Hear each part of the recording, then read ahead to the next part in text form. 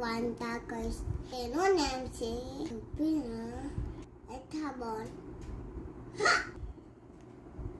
તારે ભગવાન રામ દશરથજી વનવાસમાં સીતા માતાને છોડ કરી રહ્યા હતા. અને તેઓ છપ્પીની આવ્યા. ચોપી આવતા છે આવ્યા. છપ્પી ખૂબ જ કોણ ખાઈ અને ભૂત ભી હતા. ભગત હતી જેઓ અંતથી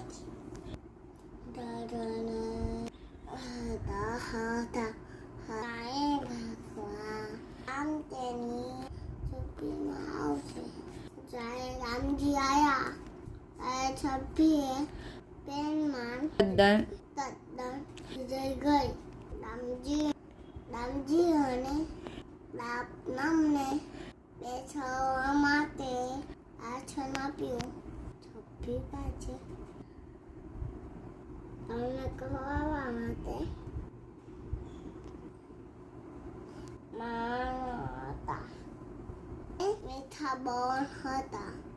એમ તેમને એ ચિંતા થતી કે ક્યાંક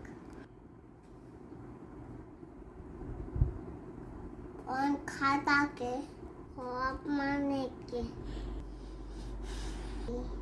તેથી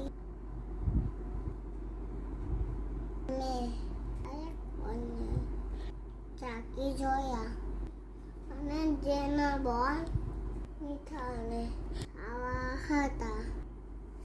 તેથી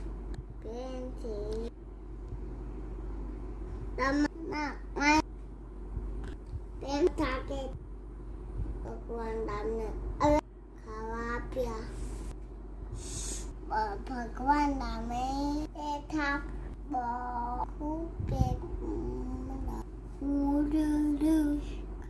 ખોદા હતા.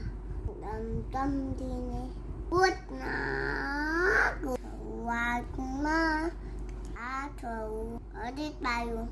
પણ રામજીને એ સમજાયું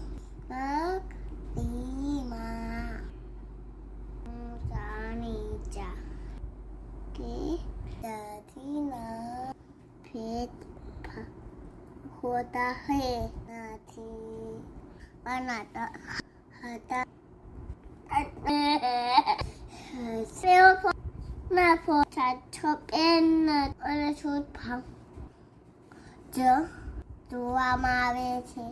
આ વાર્તામાંથી જોડામુની દીદી ભગવાનમાં આ